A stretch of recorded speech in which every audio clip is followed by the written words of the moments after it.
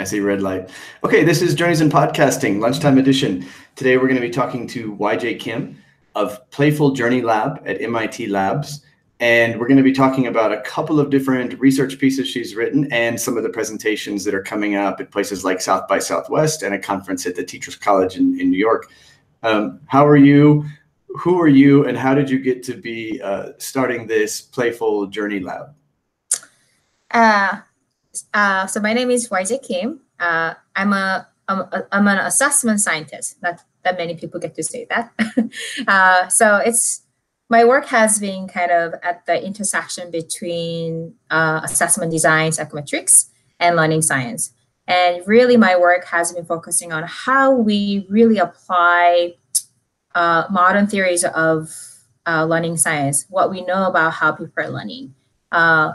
And because learning science as a field in our university has really advanced, and when we look at the school assessment or common assessment practices, we have noticed that disconnect. And when it comes to like classroom assessment, I really haven't seen a lot of innovations in terms of how we think about assessment beyond multiple choice tests and things like that. So my work has been in that space for the past 10 years.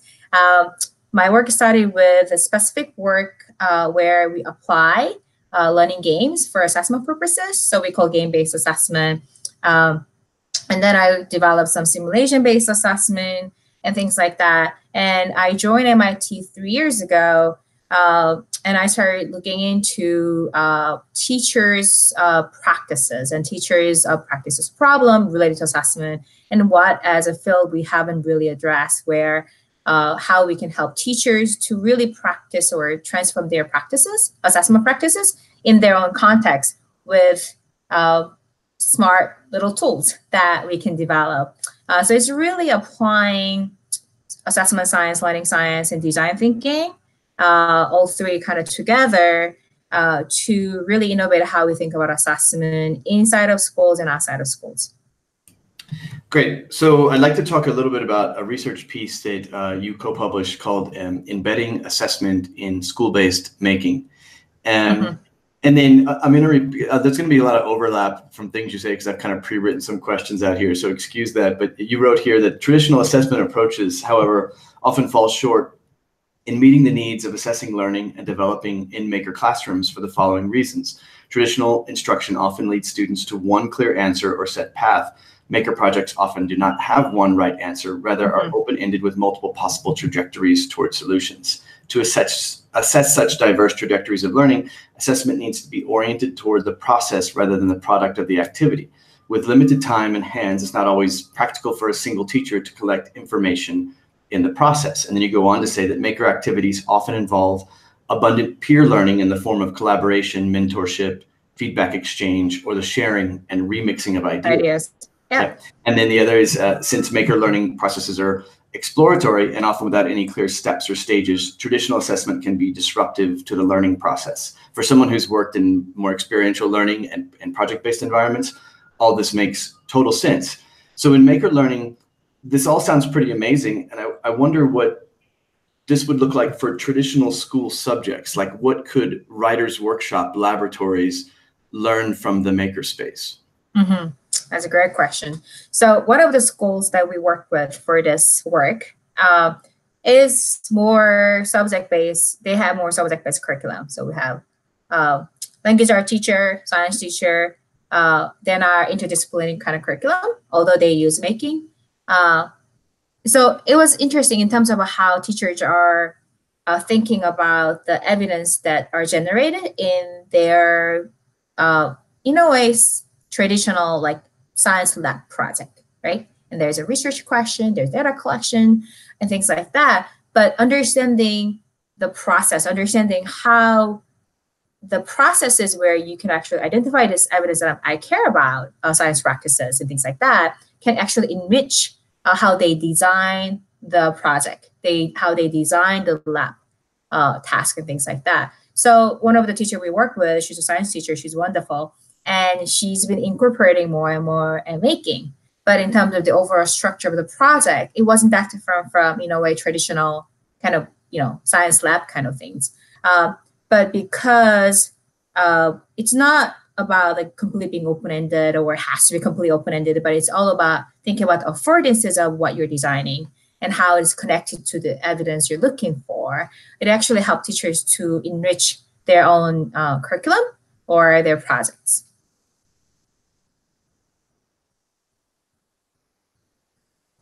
Chris, I can hear you. You're muted. Sorry, I clicked my mouse off while you're talking, so the video is not flickering all over the place.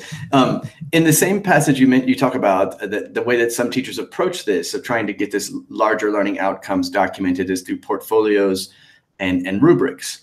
You say some Maker educators utilize certain assessment practices to document student learning in open-ended projects, portfolios and rubrics, for example. Mm-hmm. While these provide some structure for teachers to assess student work, they're insufficient to collect the rich data generated in the process of making, while simultaneously supporting intentional interactions and meaningful outcomes. Mm-hmm. My experience in this area has been more through Reggio Emilia approach of documentation of learning.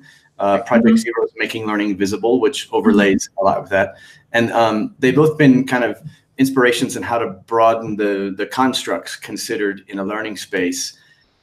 How do your methods differ? Like, what is this doing differently than, say, reflecting on documentation for purpose? That's a great question.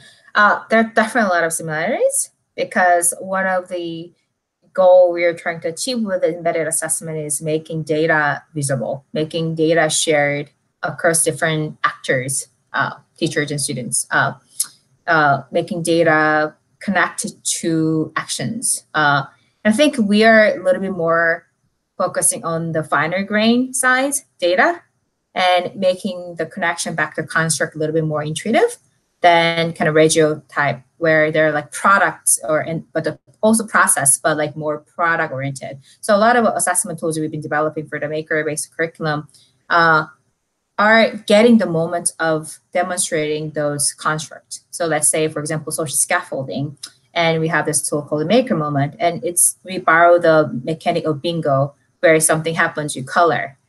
So it's like a little triangle, and when you or your friend is demonstrating, let's say, social scaffolding, you color with a different kind of markers. So if you're, let's say you're demonstrating social scaffolding, you use red.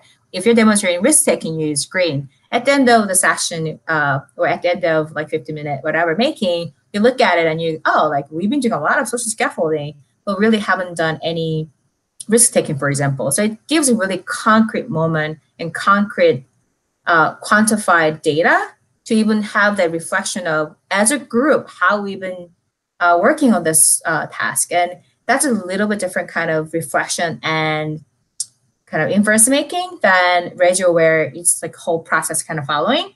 So we're really trying to create those moments and more database, concrete and tangible. So the reflection can be more evidence-based as well. And we also think a lot about triangulation. So, one of our tools is called Sparkle Sleuth, and it can be used by teacher as walking around, and when she or he see the moment of Chris demonstrating creativity, whatnot, and like little jotting down the notes, the thing that you did or you said, very memorable thing, leave on the desk, for example, and just imagine triangling that with a Maker Moment, you remember, YJ, you said that, and the teacher said the same thing. So those are kind of making the data more visible, approachable, more intuitive. I think that's the little bit of difference from kind of approach that you mentioned. Well, yeah, no, I can see how that fills a gap where Reggio Emilia approach would be very threatening to a lot of people who are very used to just the data analysis part. I'm really interested in where this comes from in your development, and I noticed that you have done research on game-based learning and what games afford and the way that we can look at a learning process. You talk about embedded assessment has been widely adopted in digital learning environments such as simulations and video games to design tasks within a system that can elicit evidence of desired outcomes, and to automatically and rapidly create and process rich data generated in the process of performance. I like this learning from our digital tools to enrich the interactivity within our physical learning spaces. That's been a big part of tech integration. The benefits of it has been seeing a broader picture of learning. I wonder if you might comment on this progression of learning from gaming environments and simulations to understanding maker spaces. Yeah, so when this project got started from one day me hanging out with folks at MakerEd, hanging out in Pittsburgh drinking margarita. We're talking about how teachers really needs better assessment tools for making. Yet the only option they have is literally rubrics. And I'm like, oh, I'm sure they can, we can apply same approaches that we've been doing in simulations in games in the making context and making assessment more embedded. Chris, you there? I think I lost you.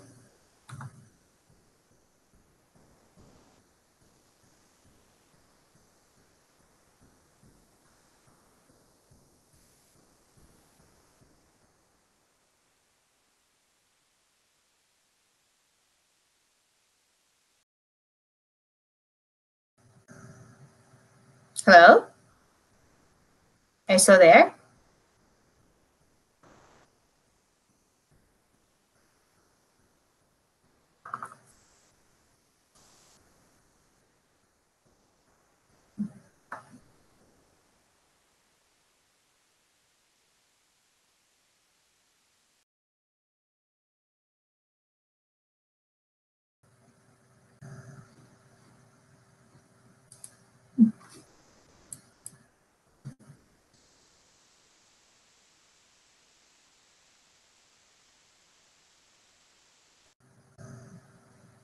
Hello?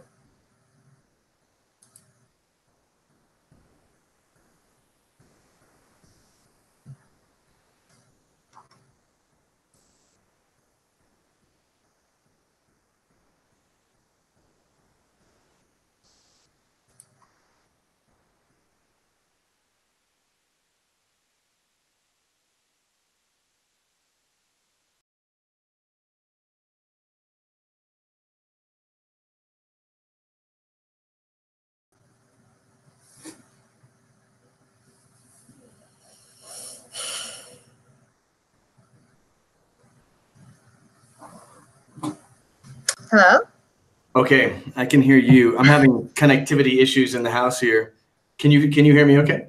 I can hear you fine, yeah. Okay, we're now patched to my phone, so we'll just continue on like that. Sorry about that. You were in the middle of discussing, you were drinking margaritas, and you were discussing ways that some of the game-based learning assessment could benefit makers, moving them beyond just mere rubrics.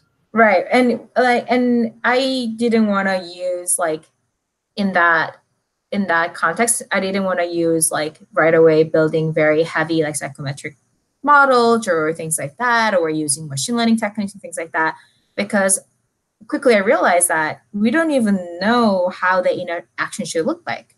What is that embedded assessment? How should an embedded assessment should look like in classrooms, right? In physical learning environment, it's just not just the making context, but project-based, inquiry-based, right? And I quickly realized that there are not that many tools that enable rich interactions just beyond, at the end, you have rubric and go through your product. Right? That's the only option that we have. So all we did was coming up with, paper tools, a lot of paper tools that help us to envision different types of interactions. Assessment can be more than just rubric and scoring your product. What kind of different roles can be shared in classroom in terms of data collection? What kind of playful, mechanics that already exist in game-based learning that we can borrow for those. So it really helped. It kind of pushed us to think differently about what embedded really mean in classroom, and how a lot of things that is totally feasible in game-based and simulation-based assessment break down, which was exciting. So they were, okay, there is going to be no logging system. There are going to be no automatic data generation here. Somebody got to do the work. Then also pushes, okay, in terms of the division of labor, how the role of assessing, who's coming up with the rules, who's documenting, who's thinking about evidence is shared across teachers and students. So it really opens up exciting opportunities in a way that was very different from game-based assessment, where game designers and psychometricians set up all those rules and create that interaction, right? And now that work is on students and teachers, and and that also help us to think about, okay, when there is no predetermined that kind of logging system and architecture, then how we make this actions or roles are really seamlessly embedded in the culture of a classroom itself. What kind of devices or tools can we create so both students and teachers have a common understanding of what these constructs mean, how the good evidence should look like, and things like that. So it really pushes boundaries of what assessment really is. We thought that assessment is this data collection tool. And then by doing this work, we quickly realized that no, like assessment really is all about creating the culture, creating the expectations, creating that that connection between what they're doing, what they're trying to learn, what teachers' intentions are, what students' intentions are, and making that all connected. So it really helps us to think beyond what we thought is embedded assessment and how hard it is to make that happen in classroom. So yeah. Well, yeah, no, and for a lot of teachers, especially like I know when I first started out, we didn't really create our own assessments. Our assessments were all dictated from the top. As we move more into kind of corporate culture, assessments are things that teachers often aren't even that in control of, meaning that they're just doing it because that's what the institution does. And so it may not be any reflection of their own belief system and theory of learning, if they even have a theory of learning that can be articulated, because that's not often required of teachers also. So that's what was really exciting about looking at these tools was, wow, this really is going to cause a discussion of the basis, like the really core of why people go into teaching, which is they have, some theory of learning or what they believe about it. I also heard this term you used of the division of labor. So I assume that's coming from activity theory. Yeah. And so that's, for me, that's been like a very eye-opening way to look at just tech integration within classrooms. When we throw new tools in the classroom, how does that change the whole learning environment? And I think we're going to circle around and talk more about that as we go. Let's talk a little bit about this idea of embedded assessment and the maker elements that you all have identified and worked with schools in. You say that embedded assessment should include a clear understanding of a possible outcome space and how specific actions within the learning environment could be connected to these constructs. In our work, we designed our assessment tools targeting 7 constructs: agency, design process, social scaffolding, productive risk-taking, troubleshooting, bridging knowledge, content knowledge, that we call maker elements. These 7 constructs are not meant to be a comprehensive list, but a list of skills and dispositions that maker educators wish to further foster during maker activities. How did this selection take place, and what's been your inspiration for learning about maker spaces? We didn't definitely come up with that list in a way. We are basing on 2 frameworks. One came out of Exploratorium, one coming out of Pittsburgh Children's Museum. They have done great. They've done this research years, try to understand what students are learning, what kids are learning from maker activities. So these are, some people call it maker capacity, maker skills, maker practices. Everybody had different kind of names. So, and the focus of our work wasn't coming up with a new framework. Like, people has done a great job of creating those frameworks. Let's use that and making real in classrooms. So Exploratorium and Children's Museum are both informal learning spaces. So we knew that right away we need to do some translation work. When we are co-designing these assessment tools, we start having conversations with teachers. These are the framework and these are the people that they said kids can learn from making. How do you feel about this? Is this something that you do? Like, is this something you value? Like, does this make sense with your, 6th graders? And a lot of, based on that understanding, the teachers like, definitely agency. Like, we are not doing that enough. Risk-taking, I want them to just go a little bit more. Like, just like try to just not just meeting all the be done with it, but like trying to just like nudge more and go more, and things like that. So they had teachers who we co-design these assessments. They're the one who selected that. And also, as you can imagine, content, right? It's there because at the end of the day, when teachers are thinking about projects and maker activities, they all start from the content standards. Like, okay, like I know I need to teach evolution. You know, how can I make it a little bit, make it better, more deeper, engaging experience, right? So that's why they want to use making, but content standards in today's ecosystem is there. So how we can help them to address that, and the bridging the knowledge, because, you know, in hands-on maker activities, it's not just like you're memorizing the facts and just, you know, repeat that. You actually use that, and by doing so, you're making connections. So those are the pieces that are added to our framework because, again, we work with teachers, classroom teachers, and these are the real things that they actually care about and want to address in their maker activities. So let's move on to constructs. You wrote that embedded assessment should be construct driven and start by clarifying target outcomes that an activity intends to foster. Embedded assessment can measure not just knowledge and skills, but also attitudes, beliefs, interests, practices, and instances often referred to as constructs. While this is a principle for any good assessment, this principle is particularly relevant for maker environments where each student's learning process can take various forms and trajectories, and where anticipated learning outcomes tend to be ambiguous. So before maker-centered learning was a term, there was experiential learning and project-based learning and critical events. How have these informed your idea of embedding formative assessments? That's actually interesting that you brought that up, because when we started working with Maker Educator, we didn't even think about how making is kind of within that spectrum that you can imagine from project-based like Maker, and has kind of similar understanding of how kids are learning and how we can foster more holistic ways of learning. So when we started this work, we didn't even like know that this is going to be something the project-based learning people get excited about. But we quickly realized that like people like reach out to us, oh, I have this project, can I use your assessment tools? And because it's the same, you know, same way of thinking about learning and same way of thinking about assessment. Like we all understand that there are different pathways. It's not linear, it's going back and forth. And there's a lot of social aspects baked into that learning. And it's not just a content, a lot of skills and attitudes and beliefs that kids are developing from this.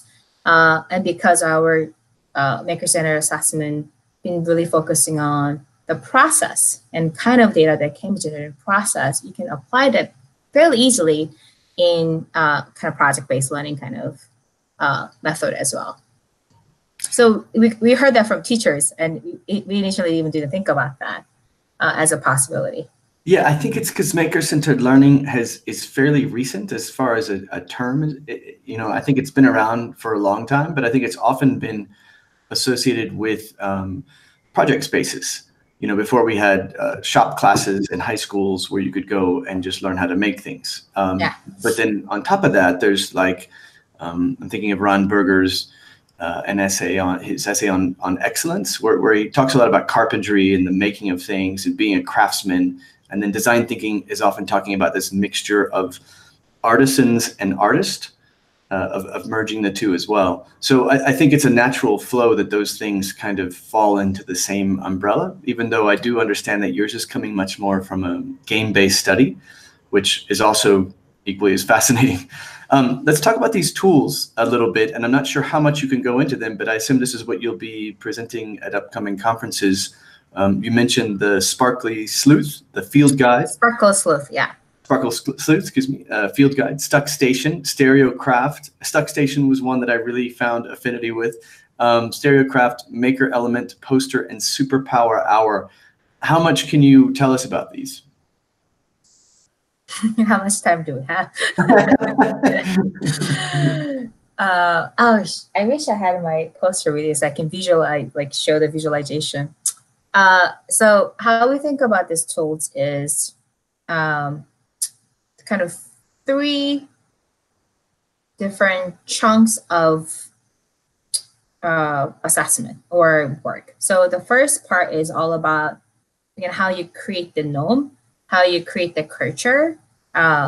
Therefore, the embedded data collection can happen. Like if you don't talk about constructs, if you don't have a common understanding what the evidence look like, then there's no way, Jose, that students are going to be able to collect evidence, right? Or you as a teacher know how the evidence is going to look like. So Superpower Hero and the Maker Element posters are intended to do that work. The Superpower Hero is, we have a little short stories of inventors. It can be like famous inventors. It can be your neighborhood inventor, like news article. And students read that short article, and then they start identifying these maker elements. Oh, this person had agency, and he wanted to solve this problem because it matters to him and it matters to community. So the kids, middle school kids, don't even know what agency really means, right? So give them vocabulary, but give them language to talk to each other and understand what it really means. And then the poster really visualize those constructs. So you can walk into the classroom, it's there. So like, oh, agency, oh, risk taking, and in the process of making, you're like, oh yeah, that. Even that level of like making this construct and evidence, or how you talk about construct and evidence, more approachable to students and teachers. So that's really the goal of those tools. And Sparkle Sleuth, Stuck Station, and Maker Moment are in the process, in the moment data collection tools. So as I said earlier, Maker Moment is like a part of the mechanical bingo. You color different things. It can be individual, it can be shared per group. So you can imagine I have my own, or we can have it as a group. Sparkle Sleuth is typically done by teachers, but also students can take the role of Sparkle Sleuther and walk around, and like when they see something, and like they can give away their slips. Stuck Station, it really is meant to help students recognize the moment of, oh, I'm not being productive here. Instead of just like trying to kind of bang out, I'm gonna go to my Stuck Station and talk about what's happening and reflect and come up with an idea that I can iterate. So it's really in the moment kind of data collection. What are those critical moments? How they look like, kind of thing. And the field guides, and that's one of our weakest area in terms of our development, is that what do you do with the data? Is, are you trying to calculate a grade, single grade? I hope not. Then what are alternative ways of communicating this evidence you're learning using all this, the data you collected throughout this making process, and how you make sense out of it. And field guide is meant to do that. But as you can imagine, that's when we start getting the kind of system level barriers, right? Like if the school has grading system, like doesn't matter if you have field guide or not, because they're not going to use it. So that kind of transaction value talking about, like what assessment grade has certain, everybody understands grade. Everybody knows what A means. But when that kind of synthesized, aggregated, look different, suddenly it means nothing. Like it can be really well documented field guide, but it's not, it's hard to translate that to A or B. To do that, you have to have another rubric. And that really defeats the goal of this embedded assessment. So that has been, in a way, the most challenging kind of bucket or chunk of work that we've been doing to kind of make a progress of how, using all these assessment tools, data collection tools, you collect all this evidence and whatnot. What do you do with it at the end? It has been really challenging in a way. Yeah, and that's, I know you don't want to say that education is political, but that's where I feel like your tools are political, in that, assessment and grades are currency. And this is the way that teachers are assessed. This is their criteria of accountability. This is the way that administrators are assessed. This is the way that schools get funded. This is the way that students prove to their parents that they're not wasting their teachers' money or their time on school. And so I can see where these things are, I've come up against the same wall. For example, when we were looking at ISTE student standards and 21st century learning skills and new generation science standards, and then new literacies, which I'm very fond of. These are things that are, we brought to the school, and then the immediate response is, oh, well, let's just create standards and assessment. And I was sort of like, well, now we're just pouring more assessment on teachers on top of all this other assessment they have, and yet they offer such a much richer, rounded picture of what a learning system looks like. So that's where I think you're getting at like the ideal application of data within a school, is that the data is there to inform our beliefs, and it's there to fill up our intuition with such rich, artifacts of data that when we plan our next moves, we're not just pulling it out of a hat and doing something out of nowhere, but we have data to back it up with. But not forgetting that there are humans that are making these plans, and the humans' belief systems and their intuitions and their heuristics, all those things matter a great deal at the same time. Yeah, both students and teachers. Yeah. No, I mean, whole learning community, but I feel like this is where, for me, documentation of these things, and at least like kind of looking at a making learning visible strategy of creating documentation through photos, video clips, and then writing captions and reflections underneath them, so that if people don't really understand even what we're looking at, we have identified these were the objectives that we were going after, and this is what we found as evidence when we were looking at them. So yeah, I think that it's kind of one of the steps, but I also think you're talking about a much bigger institutional issue of getting the criteria of accountability to shift as well, so that we can include this kind of larger look at not just cognitive domain, but we're looking at psychomotor domain and affective domain at the same time. Yep. Let's continue, because I think you have some much richer ways of getting at this as we go through. So you also wrote that teachers are reported that they've been struggling to incorporate reflection at any point in students' making practices during and after an activity. And they expressed the need to improve their noticing practices to give just-in-time feedback on students' making. These findings suggested that embedded assessment tools could focus less on seamless integration and more on supporting teachers and students at the moments when it's helpful to exchange feedback or identify learning in an activity, while being mindful of time constraints. In the book MakerCentered Learning, which I'm sure you're familiar with because I see that you have referenced CLAP and others that come out of the Project Zero environment, I was surprised to read that some of the teachers within some of the pioneer maker spaces in the country are very uninterested in assessment, but were focused on meaningful process and product, that this is what was driving the learning for them. They felt confident that learning was already evident. Is the assessment in response to school accountability measures that we were just talking about? Or is it a shift towards core teacher beliefs that now we're creating assessments more from what teachers believe in? What are your objectives there? It's both. It has to be both.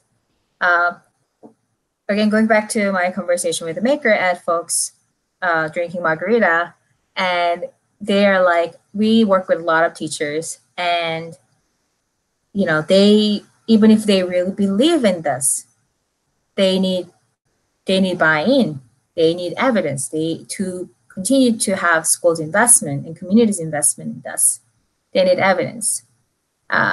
So in a way, it's accountability, but it's just to just show that, provide evidence for what you believe. Now, a lot of teachers, of course, say that we don't need assessment because I know my students are learning. But at the same time, a lot of times, but all these other stakeholders are not going to be in your classroom all the time and noticing every single thing that you're noticing. So we need a better way of communicating outside of your classroom, beyond your own context. So that's why I care a lot about assessment tools that really have diverse forms of evidence and ways to communicate that beyond, oh, they're having a great time, and have this, kind of anecdotal stories about the students, because we always have that. And obviously that's never really enough. So we need more to be able to really concretely talk about what they're learning. So yes, it's a kind of weapon to protect their practices and their belief, like a Trojan horse kind of thing. And also it empowers them, therefore they can pursue what they believe is important. And, a lot of teachers, maker educators, they talk a lot about student agency and creativity. uh, and again, that's not part of, state standardized testing. So, you cannot really prove that. But by having a way that they can talk about this evidence, I believe that can empower them, and therefore they can protect their own agency as a teacher. No, I definitely get it. I understand.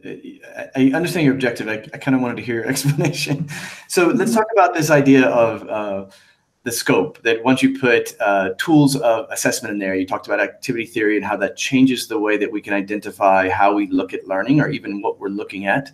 But it can also be restrictive. So you wrote that feedback from teachers indicates that all 7 constructs are identified as Maker elements. They're all highly valued and could be or should be observed in Maker classrooms. However, it is challenging to observe several constructs at a time. Some teachers and coaches suggested during one workshop that 2 constructs might be the maximum number to be meaningfully introduced. So this is a struggle, because as we broaden our picture of learning, we also broaden kind of the idea of what we're looking at as far as a learning system. Any suggestions on getting started with the Maker elements, how to keep this from becoming just another poster on the wall, another filler checklist for teachers to look at? That's a great question. Sorry, I've been teaching for years, so I'm trying to hit you with problematic areas. So if you ask me, like, how we really deeply understand any standards and what it really means, or any learning outcomes, and how good or poor evidence of that look like, what is a productive engagement of that look like, we don't really have a good understanding of that. And I think, and because there's so many, there's so many standards, there's so many goals, there's so many things that we have to address. And what we've been finding out so far working with teachers is that, you don't need to try to do all of them at the same time. So start with a smaller set, and really deepen your understanding what that constructs mean, how they look like, how students are understanding that, and then continue to add more. So yeah, I mean, I don't think I have a good answer for your question, unfortunately, yet. I really want to, like, so far we only work with 2 schools. That's not, that's not all teachers, or therefore we don't really have good and deep understanding of different practices and how they evolve, and what are best ways to help teachers to transform their practices with this embedded assessment making. That hasn't been the primary focus of the work. The primary focus so far has been, how should an embedded assessment look like in classroom with Maker-centered curriculum. So that's one area we definitely want to do more and better, and really understand what can we do to make that practice transformation happen. Like, what are theories of learning there for teachers? Because I think we're so good at throwing tools at teachers and hoping that they are gonna, just pick all of them up and just like implement so well and be done with it. But truth is, that's not how it works. So yeah, that's my kind of personal hope, that we continue to do research in that area further.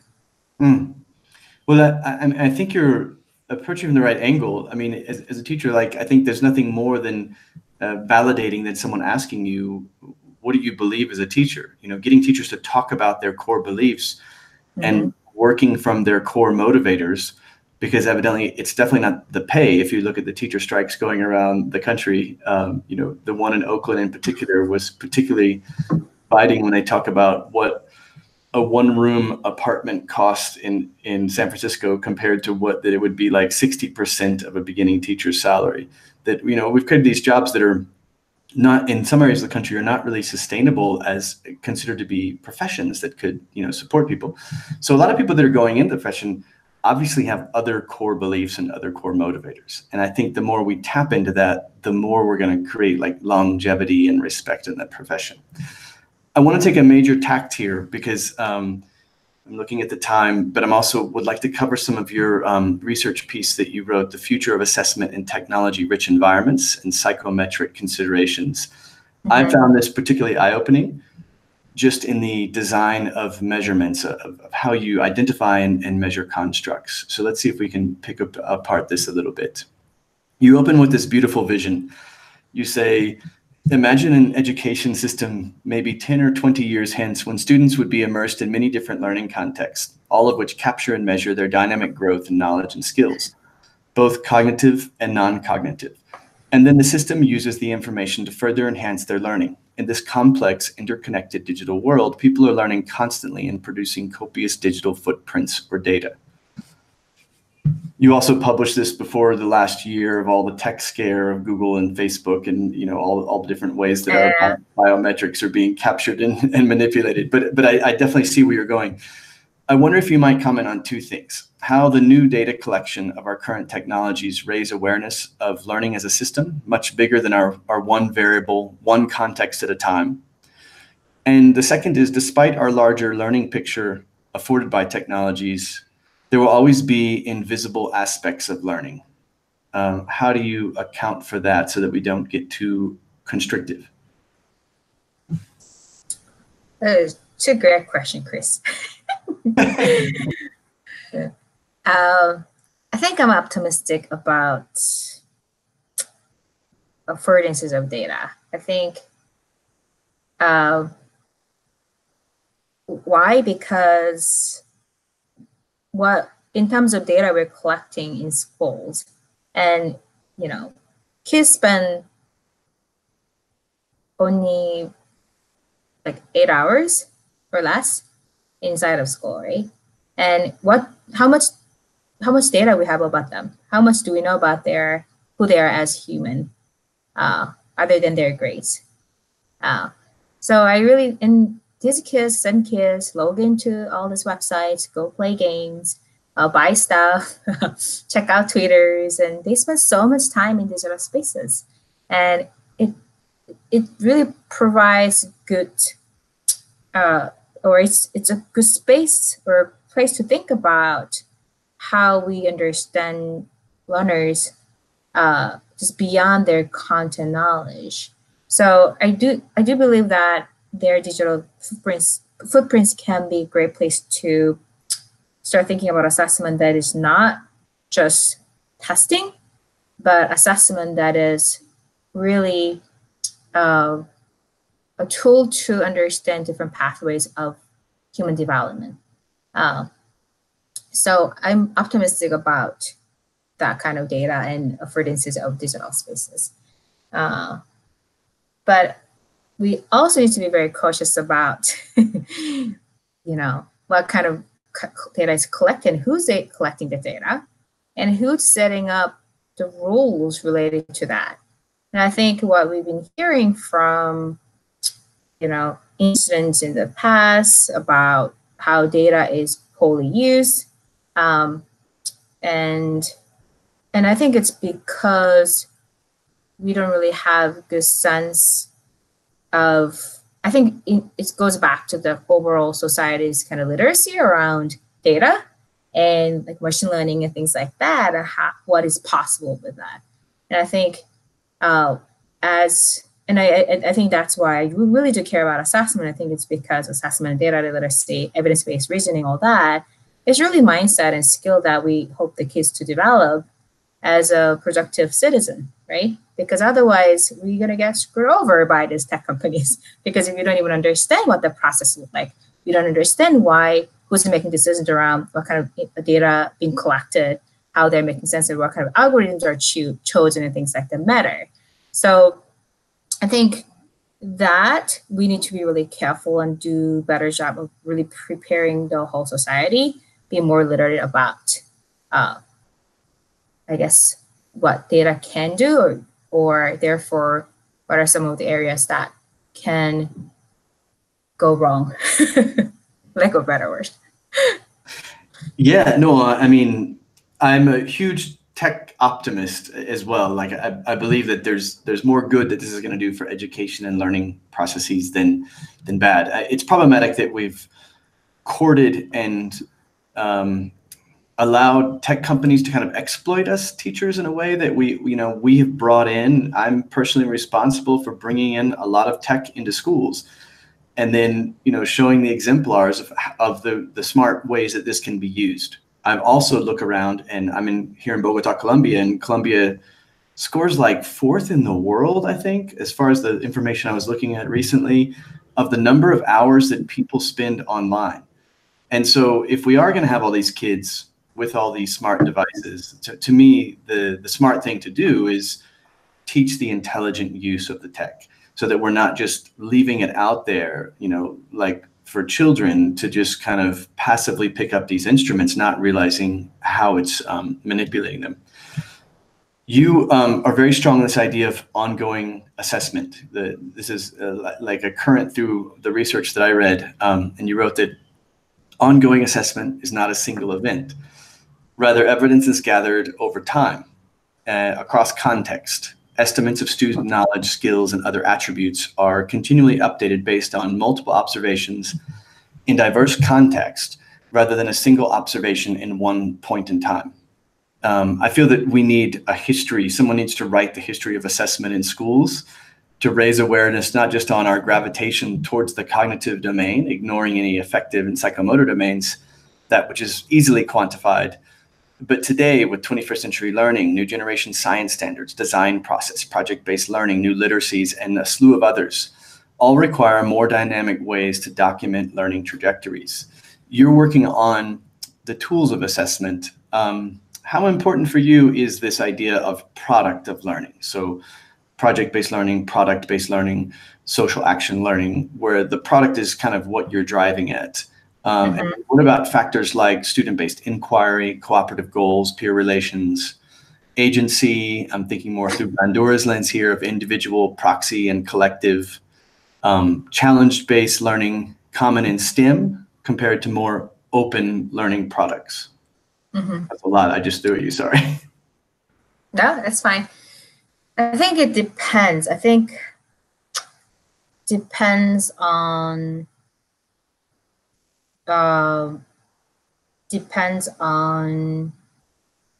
what you want to measure. I think products are fine. Good products, and thinking about what the end product look like in terms of student learning is very, very important, because unless what you're hoping them to create at the end is good, the process is not going to reach either. So I'm not saying that only process matters. I think product is absolutely important, because again, if students don't think about, or if the product itself doesn't have affordances to have multiple ways of solving it, have multiple ways of bringing my own flavor into it, have that kind of different entries to that, it's really gonna be difficult to make the process engaging and interesting. So product really matters as well. But the reason why I keep emphasizing process is because even with inquiry-based learning, things like that, because people believe that assessment is something that happens at the end when product is done, while learning is never done, right? Learning is it's a continuous thing, ongoing thing. Yeah, okay, we're all done. Here's a product. That's when assessment happens. That's why I really emphasize ongoingness, process-oriented, because by shifting the focus and then by looking at not just product, but process, we can actually open up kind of things we can measure better than just product. Because product is just one source of evidence, and it could be limited if you don't look at process. That's how I think about it. So I have a lot more questions for you, but I know that we're very limited on time, so I'm not going to go into a lot of the other parts, but I hope that we did some justice to your idea of this continuous formative assessment, how it changes the scope of learning, and what our technologies, both our human-centered technologies and our digital technologies, are affording in this bigger picture. I noticed from the South by Southwest schedule that you have, I'm not sure if you or your lab, but you all are presenting at several events. Can you maybe just give us a very short pitch on what we can expect to see at South by Southwest? Yes, knowing that a lot of people are listening to podcasts are teachers. So we have 3 sessions at South by. One is Playful Assessment. So it's overall kind of approach overview of like what we mean by Playful Assessment and how teachers can embody playful learning principles in their own assessment tools. And so we're gonna have some workshop around, you're using rubric, you're doing this in your classroom. Let's introduce some playful learning principles so you can make that more playful. So that's the workshop. And we also have a Playful Assessment teacher meetup, and that's where I really want to hear from teachers. I know there are a lot of good teachers out there who are trying to make assessment better. I'm thinking about this or been doing this way before I start researching this. So that's the venue we created to like really meet with these folks and learn from them.